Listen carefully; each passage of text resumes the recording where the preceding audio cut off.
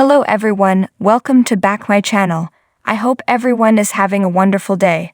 Before starting the video, please go ahead and hit the subscribe button and give this video a thumbs up.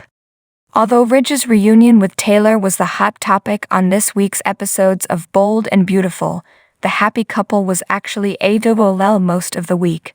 We did get lots of Brooke's new catchphrase, the most awkward staff meeting of all time, and a massive fake out. Ready to talk it out? Let's do this. Dream a little dream. Longtime viewers probably knew right away that the Thomas/Hope kiss, which ended Monday's episode, was only taking place in his warped imagination. The big giveaway, that Hope initiated the lip lock. It's not as if this is the first time Bold and Beautiful has pulled this particular trick. Most famously was the time Sheila was supposedly arrested while wearing the showstopper gown in a Forrester fashion show. More recently, there were the scenes in which Quinn, perceiving Katie as a rival for Eric's affections, fantasized about killing Brooke's sister. Look up the word cringeworthy in the dictionary, and you'll find a photo of the meeting. Steffy and Thomas called to announce that their parents had reunited. At first, I assumed there was actual business to conduct. What with the secretary rushing in to give Steffy a folder as things were about to start, and the co-CEO saying it arrived just in the nick of time. But no, there was no urgent business to conduct.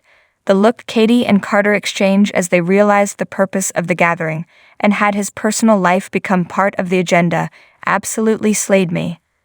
And what was with that rando assortment of characters?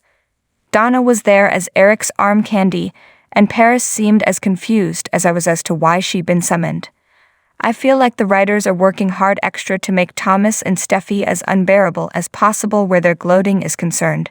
Knowing that sooner or later the rug is going to be pulled out from under them is downright painful. I'm also unclear how the audience is supposed to feel about Taylor and her children. Playing favorites. The Logan/Forrester war has been raging for years, both between the characters and their mutual supporters. I've never really been a big supporter of the idea that the Logan women have taken over the show and that they must always come out on top. Until now. I mean, it's so very, very clear that Taylor is going to lose Ridge yet again when he finally has a conversation with his wife. Thomas and Steffy's constant gloating is nothing more than a setup for the day when Brooke and Hope can say, "I told you so." And then what? Does Thomas pay for framing Brooke? Does Steffy accept blame for pushing her mother into the arms of a man who hurt her so many times over the years instead of encouraging her to move on? Missing persons. I get Carter calling Shauna to find out if she knows anything about Quinn's vanishing act.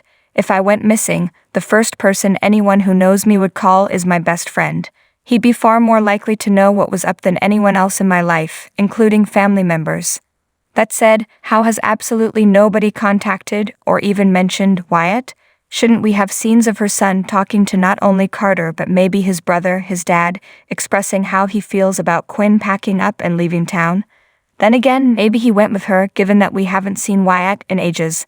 All of which leads me to believe there's far more going on here than meets the eye. In fact, it all leaves me more convinced than ever that our theory about Quinn's dark fate is dead on the money, pun intended. Anybody got whiplash? A week or two ago, Bill was telling Brooke that he loves Katie and wants her back. Then, the second he found out Brooke had been dumped by Ridge, Bill went running to Deacon's place to say, "Back off, loser, she's mine." Now I will say that the Bill/Deacon scenes were a highlight of the week.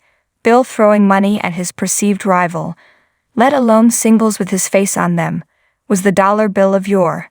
Gone was that guy who was blathering about being newly empathetic, thanks to lie. This was, as Deacon suggested, the arrogant, narcissistic Bill we love.